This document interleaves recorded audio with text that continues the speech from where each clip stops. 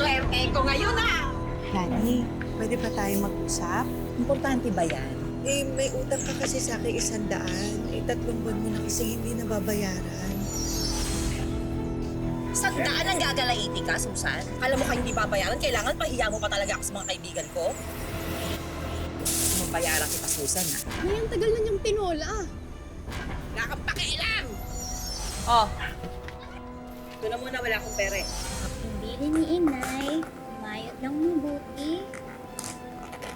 Para ang tiyan ay hindi kumalam.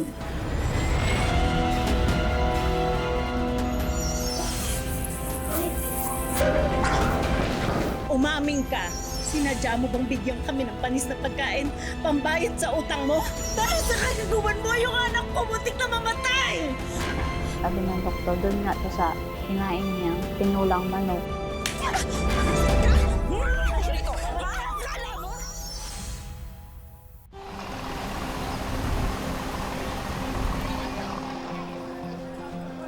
Sabihin man nila, kami mahirap pa sa daga.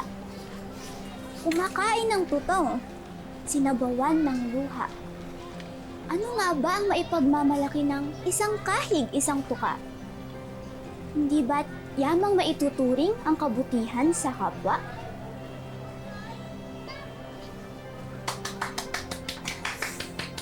Ang galing-galing ng anak ko!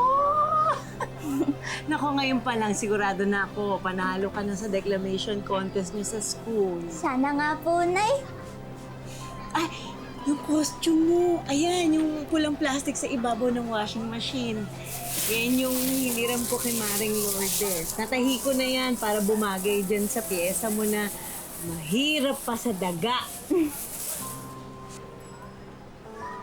Gustuhan mo? Opo. Salamat po, Nay, ha? Walang anuman. Nay, pipilitin ko pong manalo para po sa inyo. Proud na proud ako sa'yo. Hinusayan mo kasi sa school.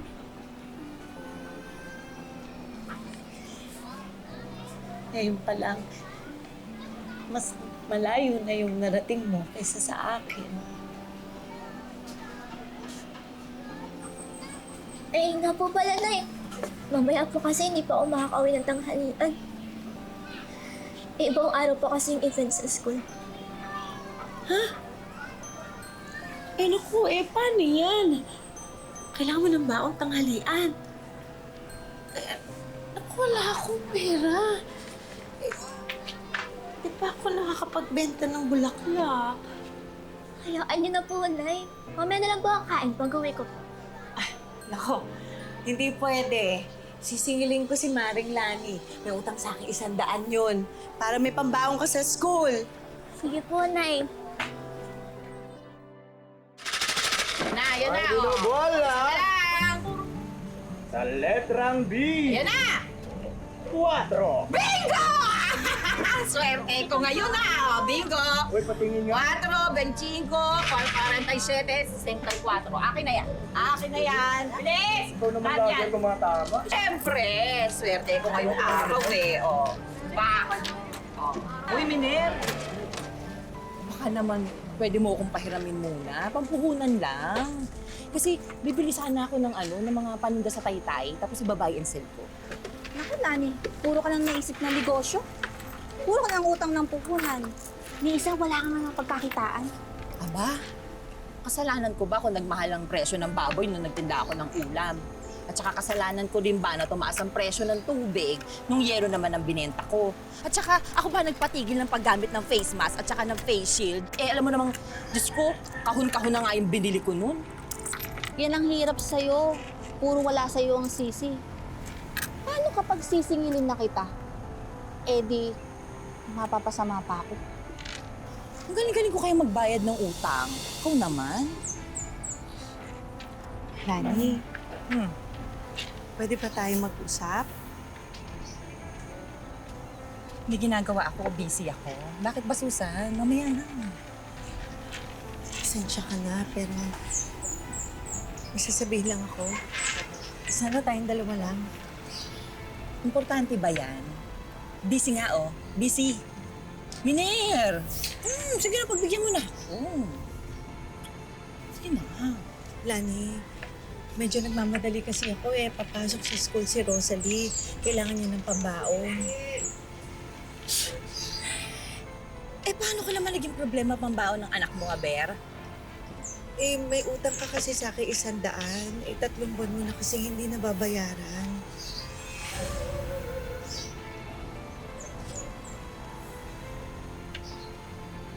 Uy, Miner! Akala ko papairamin mo ko.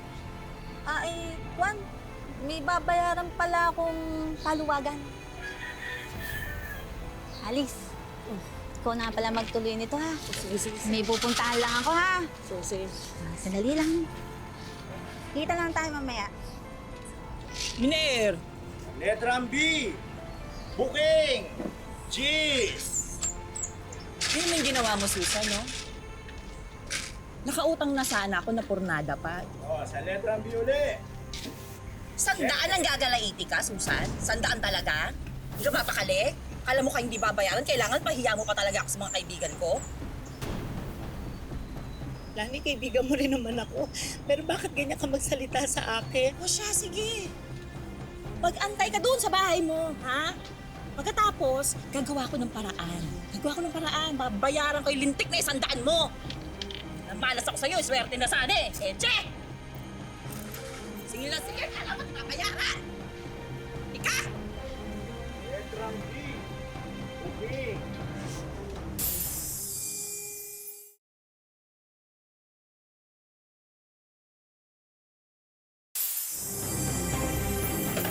Kala mo hindi siya babayaran? Ang kati!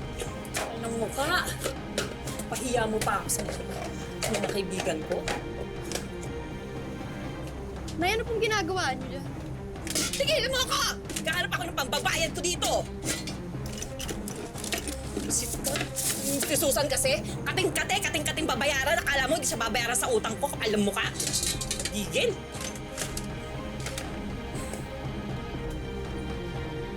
Gusto mong bayaran kita, Susan, ha? Pwes, magdusa ka ngayon. Nay, ang tagal na niyang tinola. Panis na yan. Saan mo ba dadalhin yan? Wala kang pakialam! Sa'yo ko pakain to. Huwag mo kong sinasabayan sa init ng ulo ko. Sungal-ngaling ko yung mukha mo. Mas ka nga dyan! Mayos ka sa harap ko. Igigil ako sa'yo. Kasusan. Namunin mo to ngayon. 100, ha? Kamapakali. Tabi!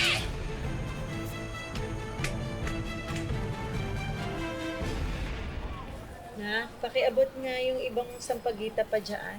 Sige po, Ani.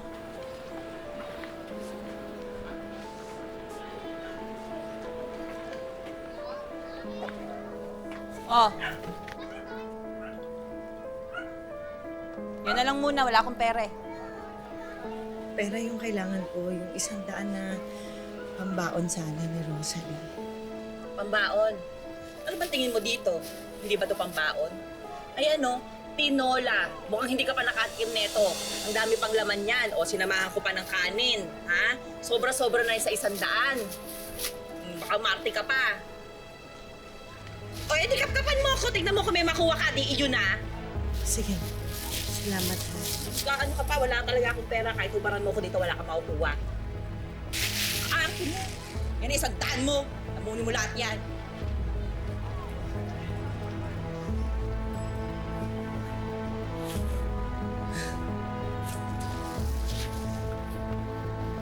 Anak, gusto mo ba itong pambaon? Aba, Nay, minsan lang nga po tayo makakain ng manok eh. Ayos na po yan. Kunin mo yung lalagyan.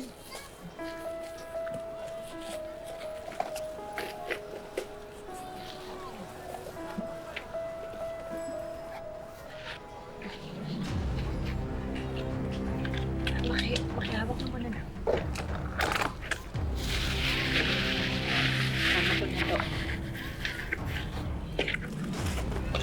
Kutsara, meron na. Apo.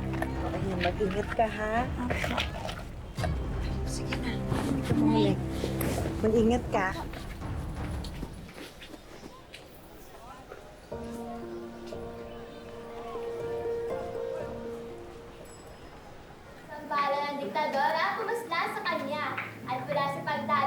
buwan ng budget ay tumubang isang bagong bansa. Naiintindihan ko lahat ng ibinabanggit mo aking katoto. Rosalie, ready ka na ba? Yes po, ma'am.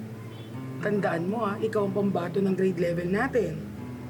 Gagaldan ko po, ma'am. Para po sa mga kaklase ko po. At syempre po, para po kay nanay. Ayun naman pala. Ay, teka, manunod ba ang mama mo?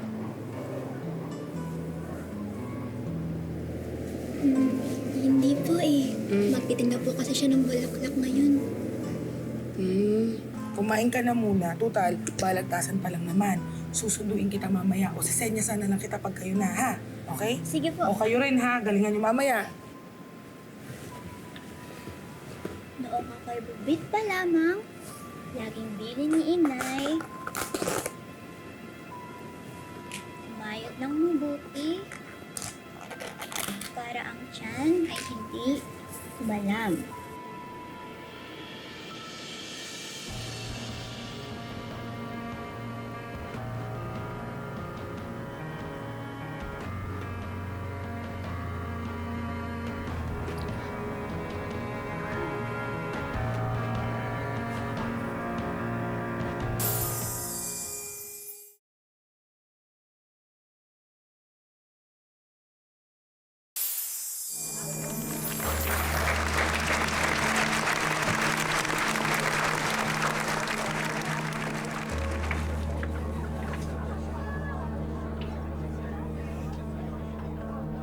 Des, galingan mo Isabihan ko na lahat ng nasa section natin na malakas na palakpak kasi ikaw na yung pambato namin. Di ba? Thank you Uy, ikaw nasusunod na contestant, Rosalie. Pero, okay ka lang ba? Let's all welcome from 8th grade Sampaguita, Rosalie Maglansakay!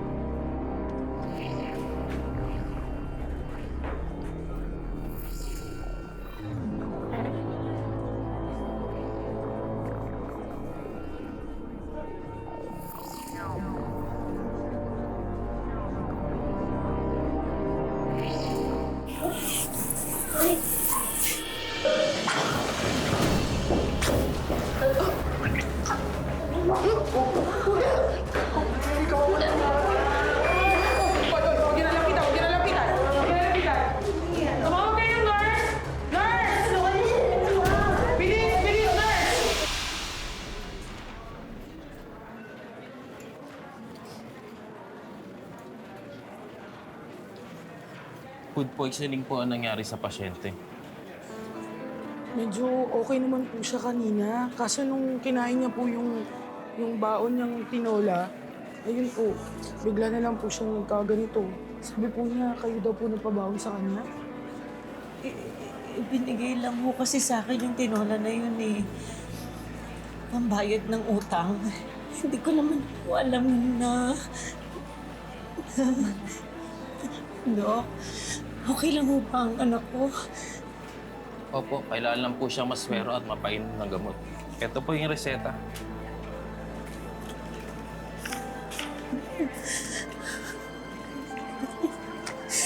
Nagtitinda lang po ako ng bulaklak.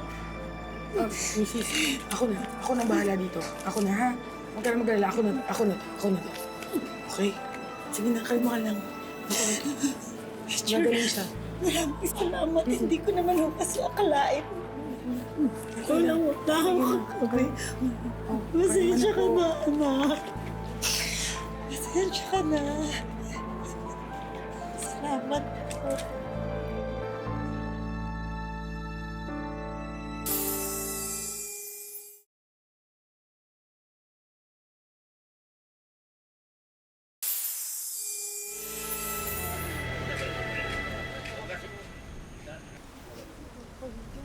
Lapit na tayo. Be, bilisan mo naman. Lani, mag-usap na tayo. Ano na naman, Susan? Tigilan mo nga ako. Hanggang dito ba naman binibwis mo yung araw ko? Itatanong lang ako. Ano ba? Ano ba, Susan? Sawa na akong itrato mo ako na parang hindi ako tao. Pinagsasabi mo, ha? Lulo ka na ata to eh. Umaming ka. Sinadya mo bang bigyan kami ng panis na pagkain pambayad sa utang mo? Ano yung sinasabi mo? Baka akala mo pwede kitang ireklamo dyan ha sa pinagbibibintang mo sa akin. Nay, yun ba yung tinola? Yung sinabi ko sa yung panis? Ikot, sasampalin na kita eh. Hilig mo makialam eh, no? Hilig mo makialam. Di ba ako nanay mo? Ako nanay mo? Bakit gusto mo? Nani! Wala akong pake kung parang hayop at trato mo sa akin. Pero dahil sa kagagawan mo, yung anak ko muntik na mamatay. Utang mo yung sinisingil ko. Ang galing-galing mo mangutang. Pero pag singilan na, ikaw magalit. Hoy, Susan. Ikaw ang nagpautang, pero hindi ikaw ang magdidesisyon kung kailan ako magbabayad. Ipagamot mo yung anak ko! Tanga ka ba? 100 nga wala akong pambayad sa'yo, papagamot ko pa yung anak mo. Siraulo ka rin talaga eh, no? Alam mo, dapat yata talaga, kayong dalawang mag-ina kumain ng panis sa tinola para pareho kayo natuluyan na, eh di sana wala tayong problema ngayon, di ba? Napakasama ng ugali mo! Wisit ka! Dito! Akala mo? Akala mo? Akala mo?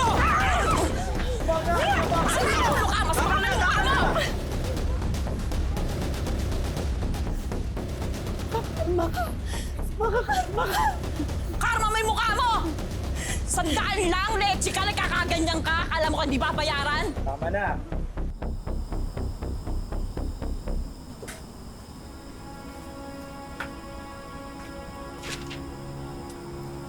Ano na naman yan, Nay? Lason sa daga. Hiningi ko sa kapitbahay, sabi ko may papatayin akong peste. Huwag niyo sabihin yung pesting tinutukoy mo. Eh di si Susan!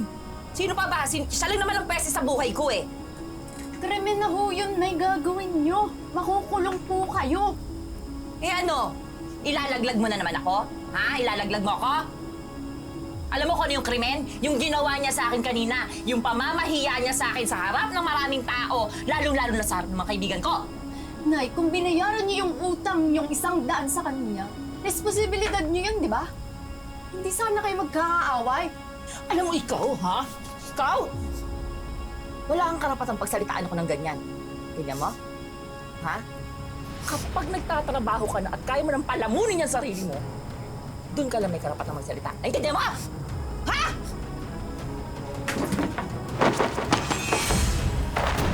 Sige, magdabog ka! Saan ka pupunta, hoy? Wala na po akong gana kumain. Sige, wag ka kumain! Magpakagutom ka!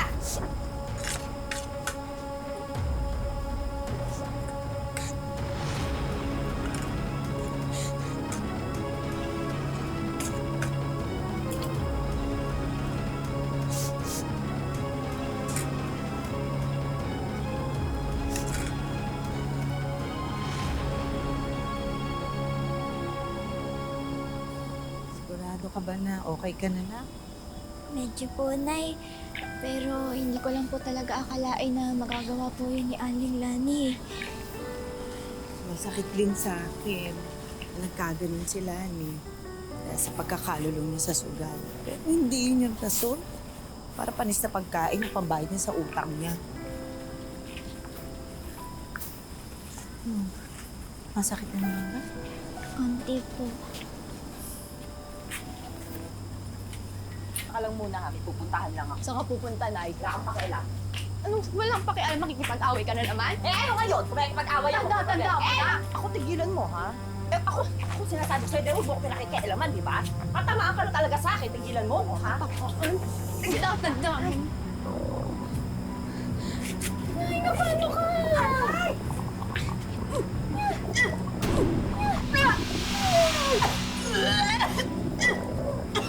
Tulong! Tulungan niyo kami! Nanay ko! Lani, balik tayo sa center. Halika na. Halika na. Halika na. Halika na. Halika na.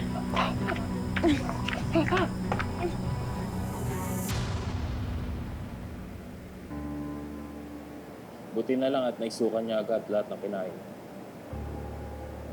Excuse me.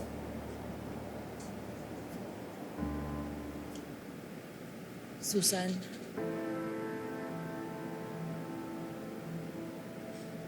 Patawarin mo ako, ha?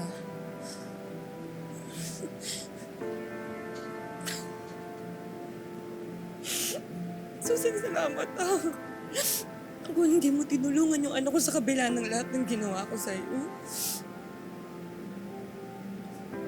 Baka namatay na ako. May dahilan kung bakit hindi ka natuluyan, Lani. Siguro may natutunan ka ng leksyon. Bago ka na.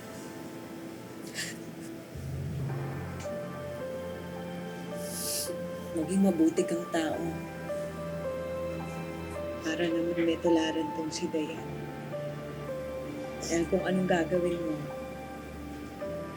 yun ang tutularan niya.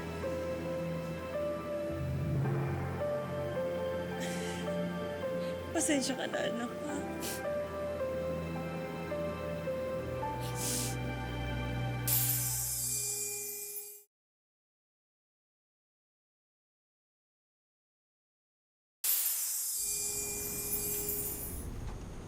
Nay? Oh.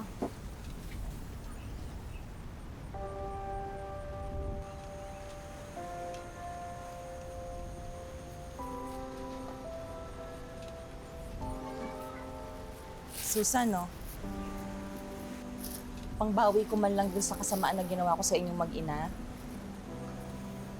Namamasukan na akong kasambahay dyan sa may kabilang bayan. Galing sa sweldo ko to. Hindi na ako nang bubudol. Ito pa nga, oh. Isang buong manok yan. Hindi na panis, sariwa lahat yan. Ito pa. Babayaran ko na rin yung 100 na utang ko.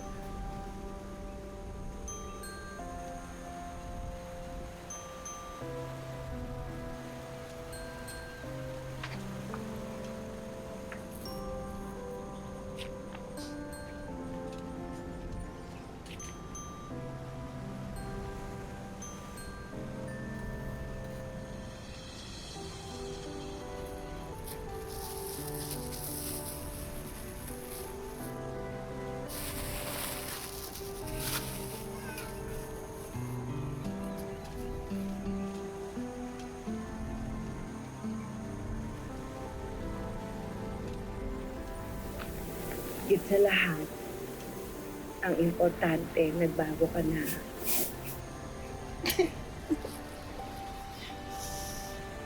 Ito naman. Bigyan mo ako ng lulutuin mo, ah.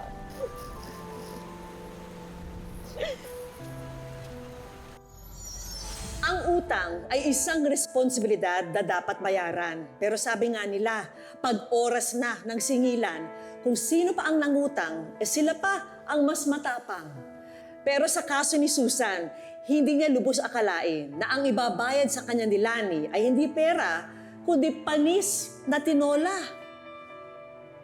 Hindi raw biro ang sinapit ng anak ni Susan dahil lamang sa sirang pagkain.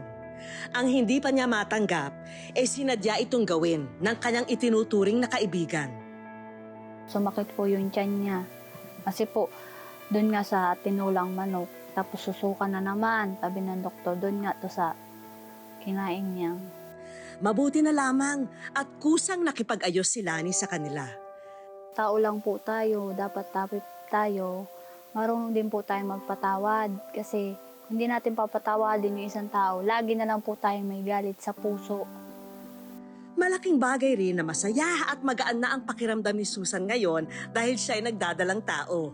Okay naman po, naging masaya man po ako. Tapos may darating naman po ulit sa pamilya namin na isang baby. Sobrang saya po. Ituloy-tuloy na natin ang masasayang pangyayari sa buhay ni na Susan. Excited na kaming ipakita ang mga hinanda naming sorpresa para sa kanila. Dahil alam namin ang pinagdaanan ng iyong anak para lang maitaguyod ang kanyang edukasyon. May mga regalo kami para sa kanya. Mga school supplies para magamit niya sa eskwela. At itong educational assistance para makatulong sa kanyang pag-aaral. Maraming salamat po dahil natulungan po kami ng ganito ang buong pamilya. para sa nalalapit mong panganganak, bigay ng Wish Ko Lang itong mga baby essentials. May crib, feeding bottles, at baby clothes na yan. Ready na lahat para sa pagdating ni baby. Magagamit ko po sa panganganak ko po ngayon March na darating na lalabas na pong pinagbubuntis ko. Maraming salamat po kasi nakatanggap kami ng ganyan na biyaya.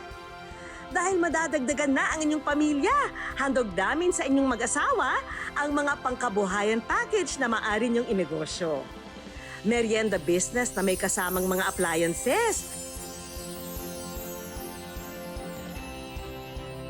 Meron ka na ring mini fashion store na kompleto na sa panindang damit, accessories at footwear na ipepwesto mo na lang sa iyong lugar, Susan.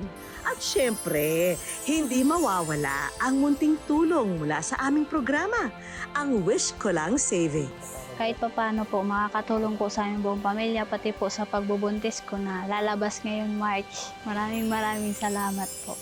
Mga kapuso, meron ba kayong mga wish? Ipadala lang ang inyong kwento sa aming official social media pages at malay nyo, wish nyo na ang susunod naming tutuparin. Dahil lagi po nating tatandaan na hanggat hindi tayo napapagod, humiling at maniwala, hindi tayo mapapagod lumaban sa buhay. Ako po si Vicky Morales at ito po ang Wish Ko Lang.